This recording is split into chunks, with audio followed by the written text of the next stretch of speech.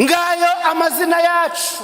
Ibyishimo bya hano ku isi ni ibyibeshyo, ni ukubesha ubwonko bwacu sindigira ibyishimo. Ndabamenyesha yuko ibyishimo bya hano ku isi ahubwo niryo shano twagushije. Twarabo kureka kwishima twishimishijwe n'uko isi iteye. Ibyishimo bya hano ku isi by'abana b'abantu ni ikinyoma cyambaye ubusa. Igihe cyose uzabona wishimye ushingiye ku mahame y'isi, uzaba ufite ibyishimo byambaye ubusa. Ibyishimo bya bene muntu iteka ryose biba byakoze ishyano.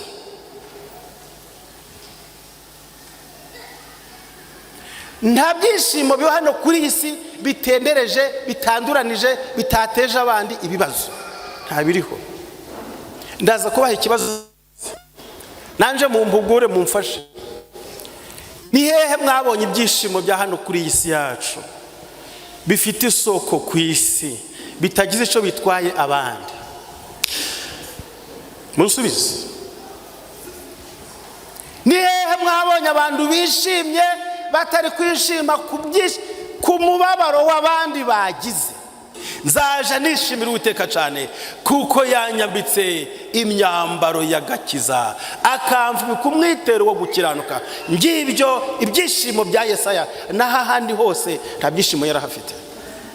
Ibi nibyo byatunze Yesaya kumugeza mu menyo y'urukero. Muzasome Paulo yandika Abaheburayo 11 avuga kwizera. Muzumva ageze ngo bamwe bicishwaga ingerezo, bigishwa burya abo ni ba Yesaya, bicishwaga ingerezo, babakereraga, barazereraga, bakambara imbuzi ihene, bakazerera bambaye ubusa, ndetse banyazwe byose.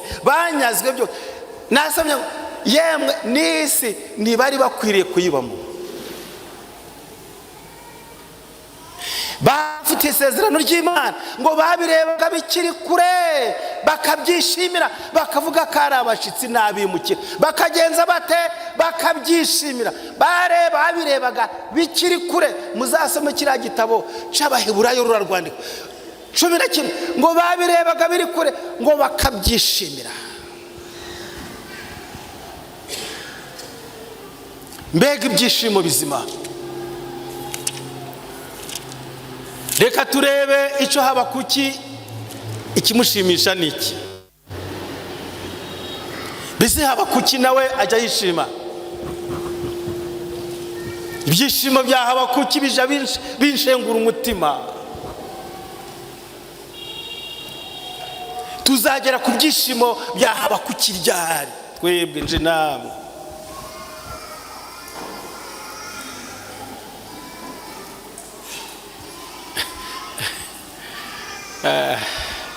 Ibyo ngiye kuvuga ndabiretse, byihoreye.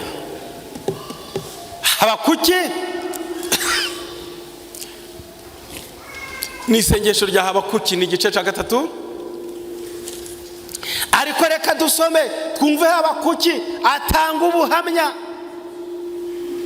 Ure ku murongo wa 17 reka Habakuki atanga ubuhamya. Naho umutini utatoha, naho umutini utatoha, n'inzabibu ndizera imbuto.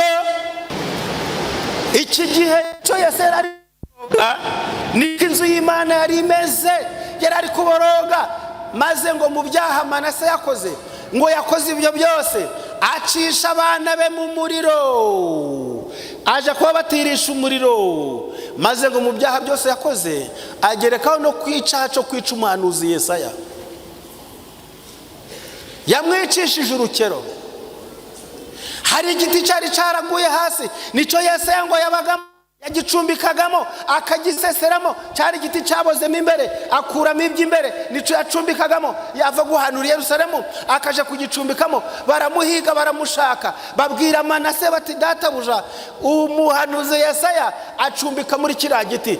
Bagezaho maze kuryama ngo yakigeraga imbere akarambura amaboko akabwira Imana tuwiteka ibyo bantumye byose nabivuze uko biri, yarangiza agaseseramo, naho aseseramo intasi zamubonye. Baraza babwira Manase bati udore Yesari mu giti hariya, arababwira ati mugende icyo giti mugikepeshe urukero acikire. KWRINGIRATV, ubutumwa bwiza kuri benshi, gukizwa kwa benshi.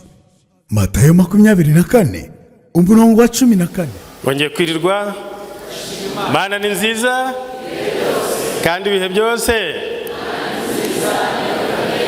Murakoze cyane, reka twishimire muri uyu mugoroba gicamunsi tugezemo. Twumvise byinshi uyu munsi wose,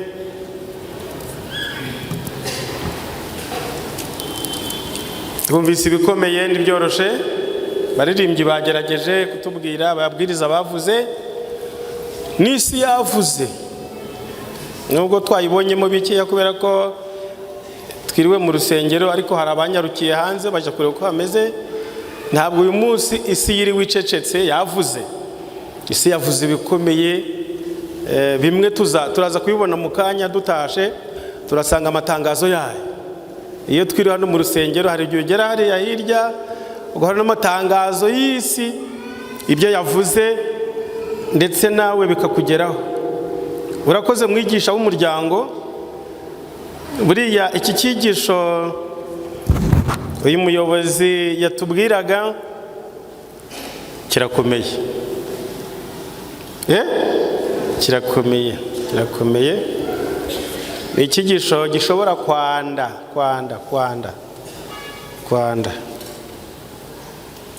birumvikana kandi. Nibyo? Icyigisho gishobora kwanda mama. Kwanda ntabwo byumvikana? Agwapi.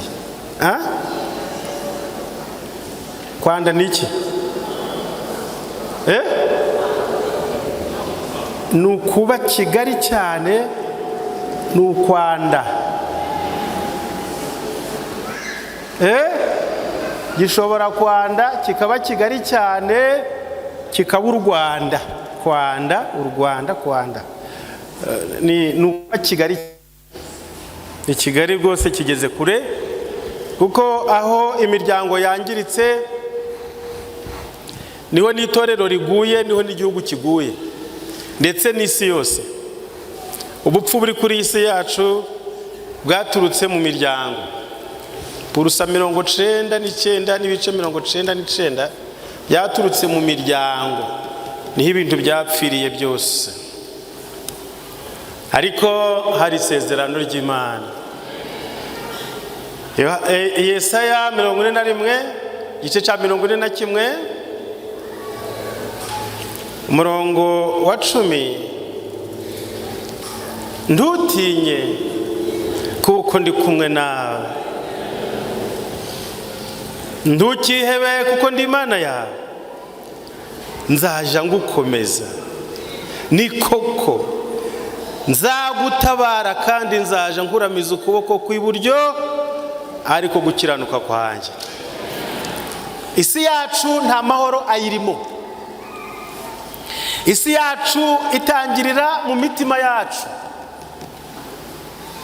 Iyo havuzwe isi, ntabwo tuba tuvuze ubutaka buri hano, tuba tuvuze isi nyamuntu.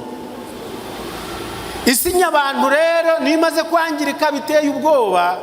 Kwangirika kwayo kukangiza n'isi y'ubutaka igapfapfana. Rero abantu batuye muri iyi si yapfuye igeze kuri urwego, nibo Imana iha aya masezerano ngo ibyo gutinya birahari, ni byinshi cyane. Iyo uhangayitse imitima ni byinshi cyane. Yewe buri wese ahangayitse ku giti cye. Kera muri za 40 na kangahe siniwe mbivuga, abapolisi baza komine zo mu Rwanda babajanye mu mahugurwa muri tiriningi ahitwa Igishari, menya na nubu ariho bikibera. Abundi kera abapolisi bavaga mu bamwe baravuye mu gisirikare, abandi bari hehe nuko ufite mubyara we ari konseye nyine se wabo ari burugumestre, bagaterura bagashira mu gipolisi. Baravuga bati tugomba gutangira kubigisha tukabakorera tiriningi abapolisi bakaba abapolisi koko. Maze babajyana Igishari, bari ubwa mbere bagiyeyo. Muri buri segiteri bavanyemo babiri babajyana Igishari. Bagezeyo basanga ntabwo ari ukwiga ABCD, ntabwo ari égal plus égal divisé par. Barabakubita, barabakurura hasi, babashira mu byobo ngo bivanemo, babamanika mu biti ngo basimbuke. Mbese barabakuba, babima ibyo kurya, babima ibyo kunywa, barabakuba. Nuko bamaze kubabara bahimba imbyino. Iyo mbyino muzayumva cyangwa ntikibaho, ariko abapolisi b'ico gihe bahimbye imbyino bashiramo igice kivuga ngo ingorane ziba nyinshi buri wese akamenyize. Kamabwira inshuti zanjye, niba abanyarwanda turi miliyoni nibura 15, n'ingorane ni miliyoni 15. Ariko nubwo ingorane ari nyinshi, buri wese agenza ate amenyize. Nta muntu numwe wagira ingorane zoroheje. Ubu haramutse habayeho umudendezo, ubwo bubasha bukabaho, tukajana ingorane mu isoko.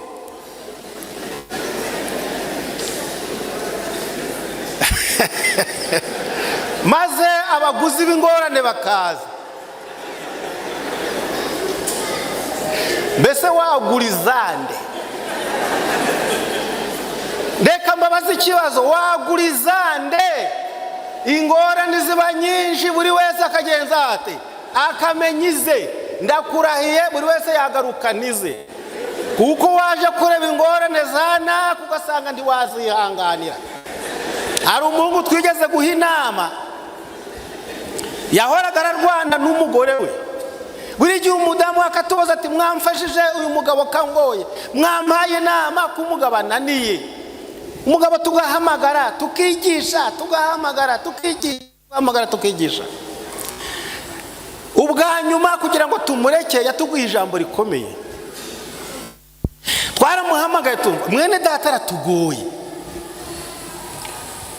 muvandimwe, kuki bikunaniye urugo, kuki uri umukristo bikaba bikugoye kugeza hari?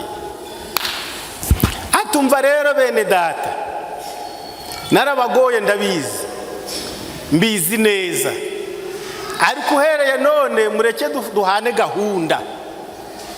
Namwe mweguhondeye kubahoza ku nkeke. Uzijambo yatubwiye adusaba inama. Ubu rero ngaho namwe tugurane abagore, maze nawe ati reka tubagurane, noneho nanje uwamumara n'icumwe nimutameka. Ko bazi ikibazo. Reka mabwire, ingorane ziba nyinshi, buri wese akagenza ati kamenyize. Ntabwo watwereza ngo bagutwerera amahoro. Twakuzanira ibirayi, twakuzanira amafu, imiceri, ariko ntabwo twakuzanira amahoro.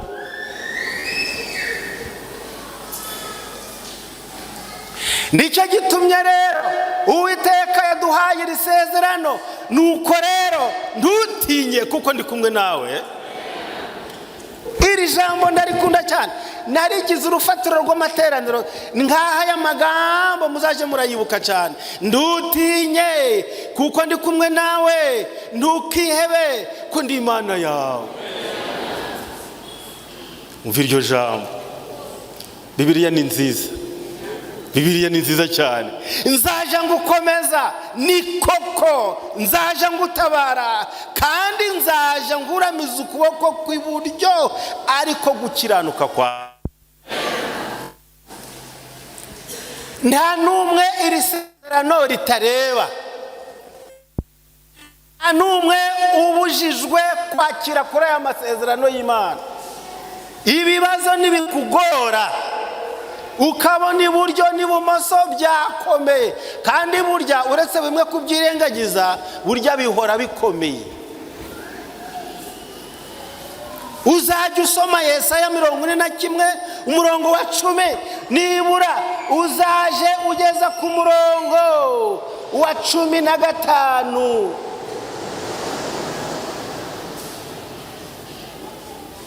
Abisi baje bagira ibyishimo bakanezerwa umwanya muto. Hari ibyishimo, hari n'umunezero. Hari ibyishimo, hari n'umunezero. Ibyishimo n'umunezero se ikibasha kuramba ni ikihe? Ndabaza abanyarwanda b'i Kanombe, ibyishimo n'umunezero ikibasha kuramba ni ikihe? Ubasha kugira ibyishimo utagira umunezero? Ubasha kugira ibyishimo ariko ntugira umunezero? Kuko umunezero ni isoko nziza iri mu mutima w'ufite, ariko ibyishimo ni iby'akanya gato. Kandi naritegereje ibyishimo bya hano ku isi. Umugabo w'iwacu yabyaye umwana amwita Byibeshyo. Undi yamwise Mbeshimbuga. Ndabaza abo bagabo bombi. Byibeshyo ndamuzi na Mbeshimbuga ndamuzi. Mbeshimbuga, imbuga se Kigali hari imbuga zibayo? Igitambambuga, ibitambambuga. Mbeshimbuga nta cyizere yari afite, yarabyaye arareba ati uyu nubwo avutse. Mbeshimbuga ubwo yapfushije benshi, nta gitambambuga nzabona. Amwita Mbeshimbuga. Undi nawe arabyaye arareba ati se bunanje nzakuzara uri Byibeshyo. Ngayo amazina yacu. Ibyishimo bya hano ku isi ni Ibyibeshyo. Nukubesha ubwonko bwacu sindigira ibyishimo. Ndabamenyesha yuko ibyishimo bya hano ku isi ahubwo niryo shano twagushije. Twarabo kureka kwishima, twishimishijwe n'uko isi iteye. Ibyishimo bya hano ku isi by'abana b'abantu ni ikinyoma cyambaye ubusa. Igihe cyose uzabona wishimye ushingiye ku mahame y'isi, uzaba ufite ibyishimo byambaye ubusa. Ibyishimo bya bene muntu iteka ryose biba byakoze ishyano.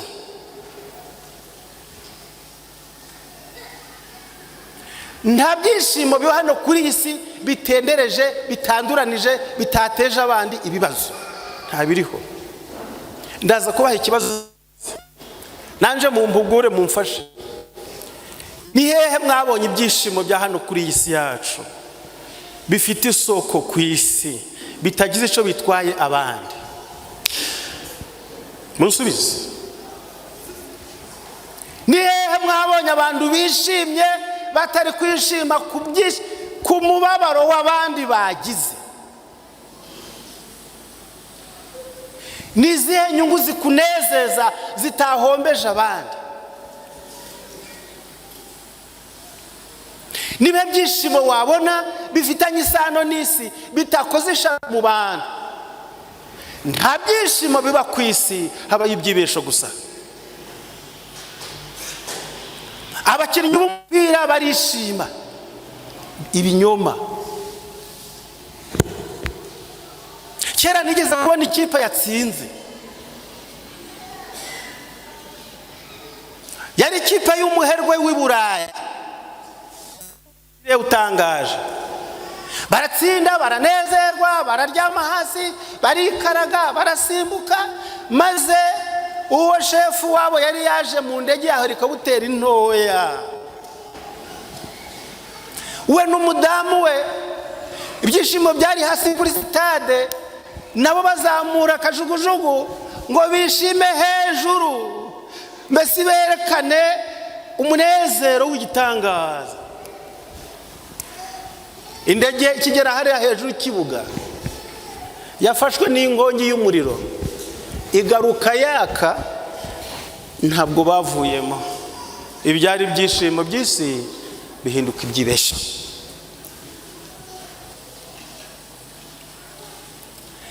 Niwishima mu gitondo uzitegura amarira nimugoroba. Nuseka uzaseke gakeya, kuko mu kandi kanya urarira. Hari n'igihe urira useka, ugaseka cyane n'amarira kaza. Biri kukubwira ngo isoko y'ibyishimo byawe niho n'isoko y'amarira yawe ari. None se abakristo tubujijwe kwishima?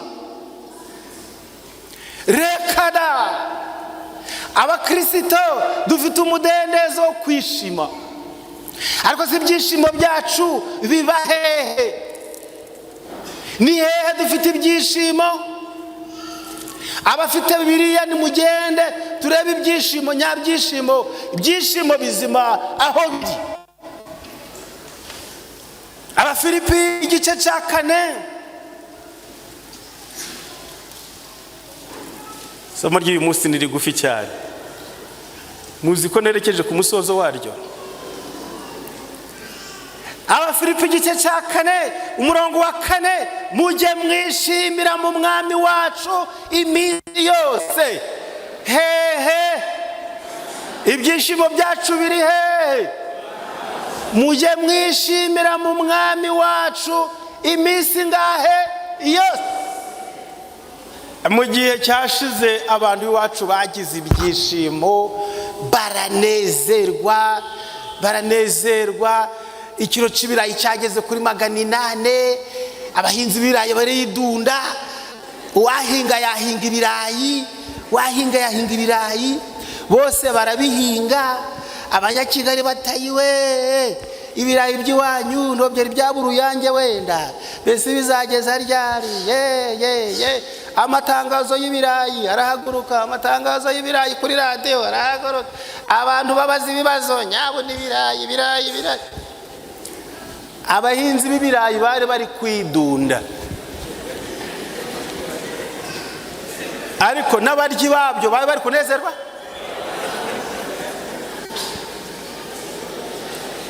Maze mu gihe gito habaye icyo bita shanjoma.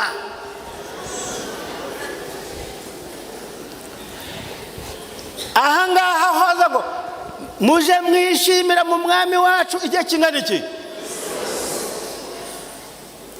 Yewe nongeye kubivuga nti muri Kristo ni mwishime. Ngibyo ibyishimo, ibindi namanjwe. igihe cyose uzishima atari muri Kristo uri, ibyo byishimo byawe bidakomotse ku masezerano ya Yesu, uzamenye uti uyu munsi niriwe ndibyibesha, nabaye mbesha imbuga, nabeshe rubanda.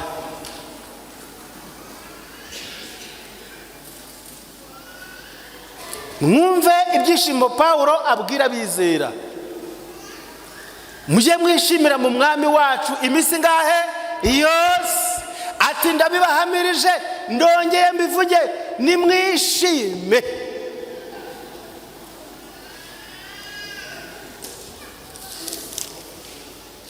Reka twumve Yesaya ibyishimo avuga. Yesaya 61 ibyishimo bya Yesaya nawe. Yesaya nawe yari mu bihe bikomeye, numwe mu bahanuzi bahuye n'ibibazo bikomeye.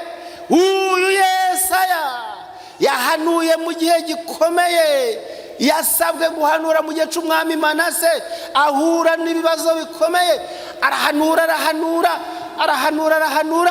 Manase aramurwara.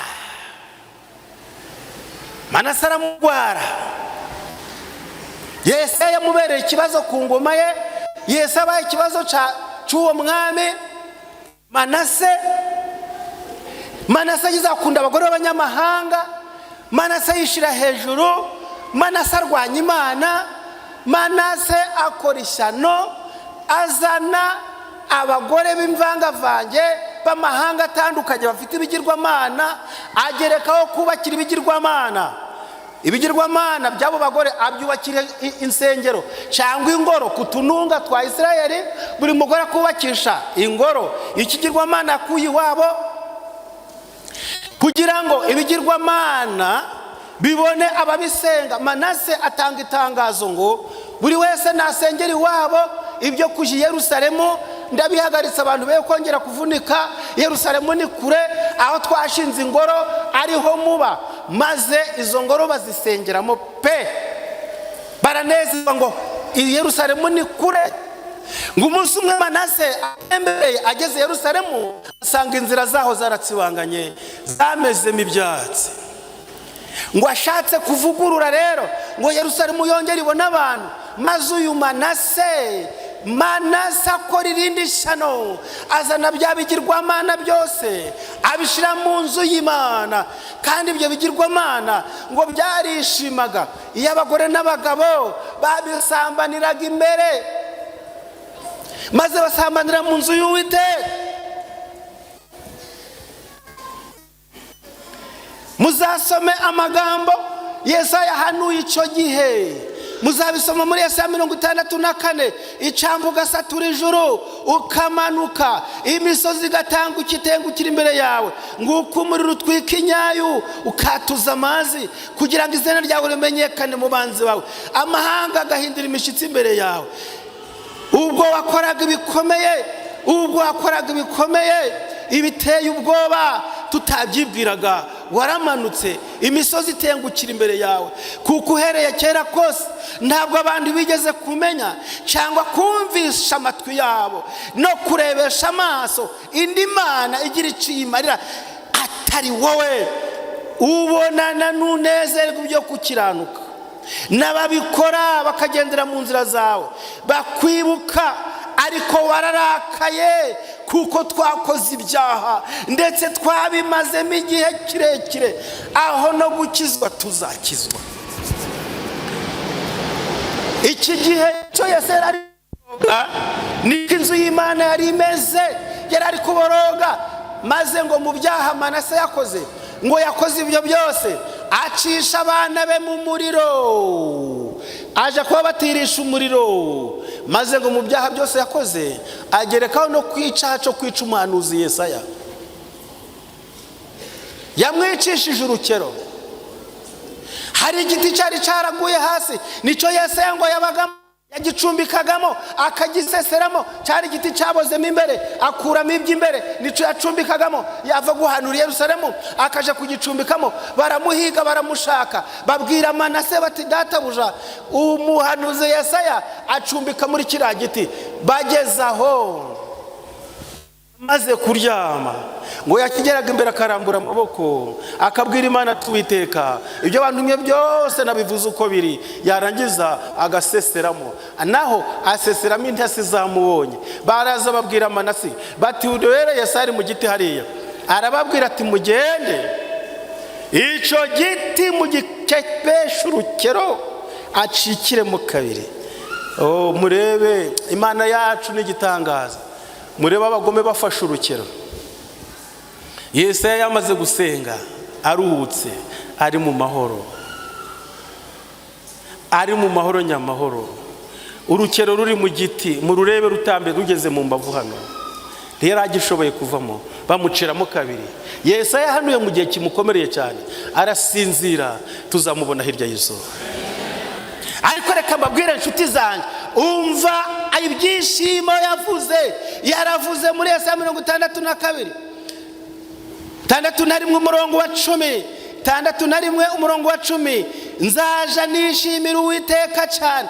Aha yabivuze rero kuko yabonaga kwishimira Uwiteka byashize mu gihugu. Nzaja nishimira Uwiteka cyane, umutima wanje uzaje unezerwa Imana yanje, kuko yanyambitse imyambaro y'agakiza, akamfibuka umwitero wo gukiranuka, nk'uko umukwe arimba akambara ikamba, kandi nk'uko umugeni arimbishwa iby'umurimbo bye. Nzaja nishimira Uwiteka cyane, kuko yanyambitse imyambaro y'agakiza, akamfibuka umwitero wo gukiranuka. Ngibyo ibyishimo bya Yesaya, n'ahandi hose nta byishimo yarahafite. Ibi nibyo byatunze Yesaya kumugeza mu menyo y'urukero. Muzasome Paulo yandika Abaheburayo 11 avuga kwizera, muzumva ageze ngo bamwe bicishwaga ingerezo, bigishwa burya abo ni ba Yesaya, bicishwaga ingerezo, babakereraga, barazereraga, bakambara imbuzi ihene, bakazerera bambaye ubusa, ndetse banyazwe byose. Nasomye yemwe n'isi ntibari bakwiriye kuyibamo. Bafite isezerano ry'Imana ngo babirebaga bikiri kure, bakabyishimira, bakavuga ko ari abashitsi n'abimukira, bakagenza bate, bakabyishimira. Babirebaga bikiri kure. Muzasome kiriya gitabo cy'Abaheburayo rurarwandika 11 ngo babirebaga biri kure, ngo bakabyishimira. Mbega ibyishimo bizima.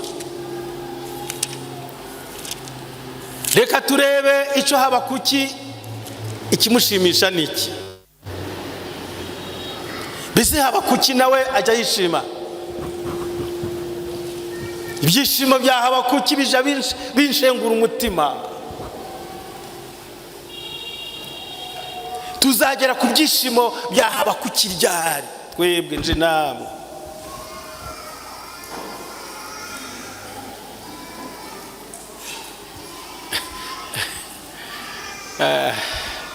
Ibyo ngiye kuvuga ndabiretse, byihoreye. Habakuki ni isengesho rya Habakuki, ni igice cya 3. Ariko reka dusome twumve Habakuki atanga ubuhamya. Ure ku murongo wa 17, reka Habakuki atanga ubuhamya. Naho umutini utatoha, naho umutini utatoha, n'inzabibu ntizera imbuto,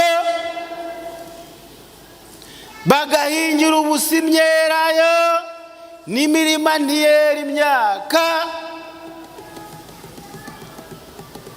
Niko byanditse? Kumenye nasomye nawe? Mundebere ko ndi gusoma nawe. Yewe mfite amaso yarwaye, mfite amaso yahumye, nayakoresheje uburetwa imyaka 40 kumanywa na nijoro. Naho Imana izi kurema yaremye ijisho kuva navuka riri kureba. Mw'abantu ni igiki abana b'abantu bakoze kuva mu myaka 60 kikaba kikimeze nkanje? Ni ikimodoka se? Hari indege twavukiye rimwe ikiri mu kirere? Hari imodoka ikiri mu muhanda? umwana wabonamo Chevrolet Bedford wayibona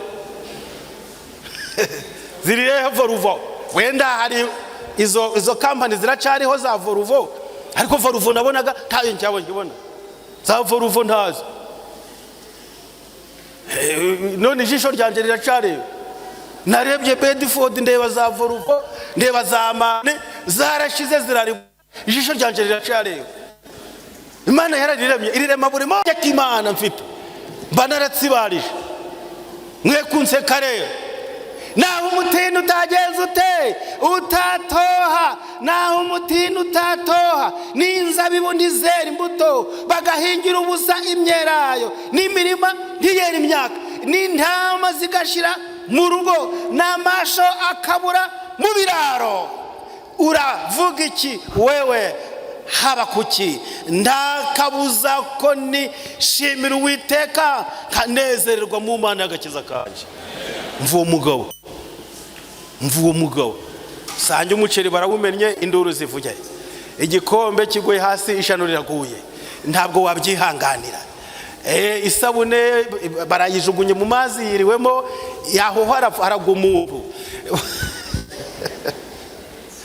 no umva uzahurira ute nahaba kuki umva ubuhamya bwe yabivuze ubutaruhuka yavuze ataruhuka irantero yaruhukiyeho reka nanje ariyo nduhukiraho reka nsome hari aho birananira kubera umwuka mukeya nzaja naho umutini utatoha n'inzabibu ntizera imbuto bagahingira ubusa imyelayo n'imirima ntiyera imyaka n'intama zigashira mu rugo n'amasho akabura mu biraro ndakabuza ko nishimira Uwiteka nkanezererwa mu Mana y'agakiza kanje umva uwo mugabo ngaravuga umva uko abagabo mu Mana bavuga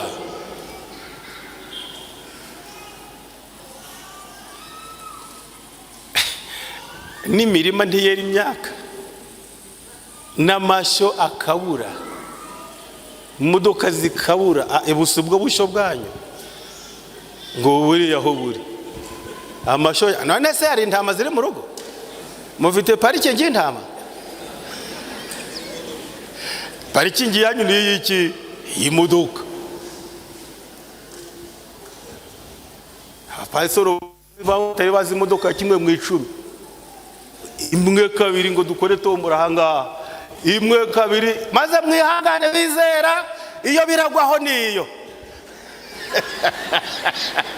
abapasitoro muzabikore abo bose nabizera naho umutini utato ni imodoka zikabura bizera wese muremeye ngwe abazanye imodoka musoje hanze ngwe tugiye kubara rero y'agati ka 10 karagwaho niyo sawa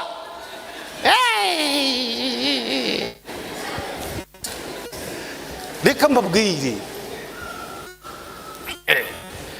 azaba umunsi baransetse da uwo ndi muri guseka muri kumwe ngo ntibishoboka aya masaka yanyu ntabwo ndi kuyamenya oya habayeho tombora y'iby'umwuka bana b'Imana twuzuka hasigaye umwuka wera yadufashe ibyacu byose twabyeguriye Imana none rero pastor andika impapuro imwe kabogeze ku ya 10 nizirenze 20 wandika impapuro 20 30 wandika udupapuro 30 imodoka 3 zigiye gusigara ari izitorero baziteze hari amazi ibintu birangire ngwe rimwe kabiri gatatu gatanu 10 andika itorero rimwe kabiri 10 ba nyirazo rero izi 3 urugendo rwiza Imana bahumugisha mwakoze reka da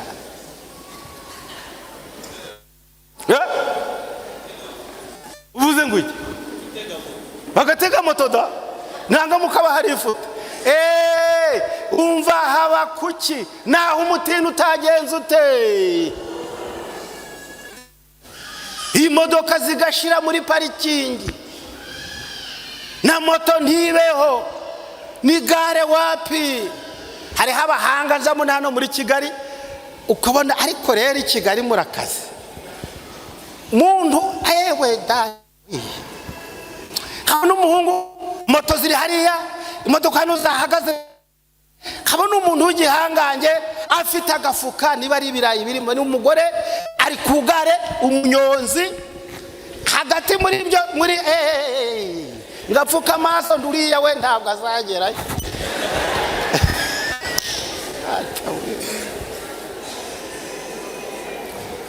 reka mbabwire inshuti zanje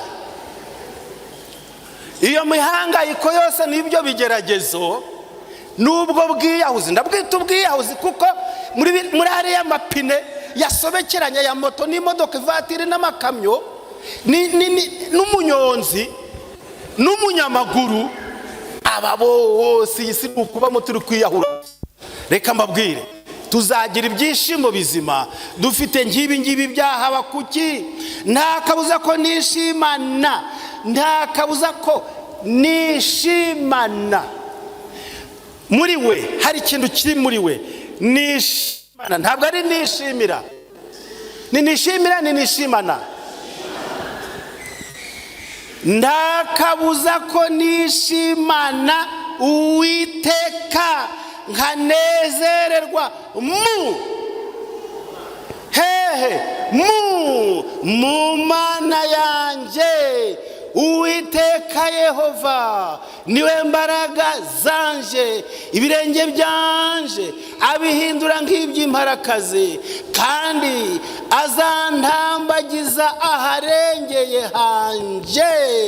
Ega ibyishimo nshuti zanje muri uyu mugoroba, byishimo bizima ni ibingibi, ibindi namanjwe. Mbifurije kugira ibyishimo bizima, mwishimane Imana yacu y'agakiza kacu, kandi ibyo byiringiro bitwubake tunenezeze iteka ryose kubwa Yesu umukiza wacu.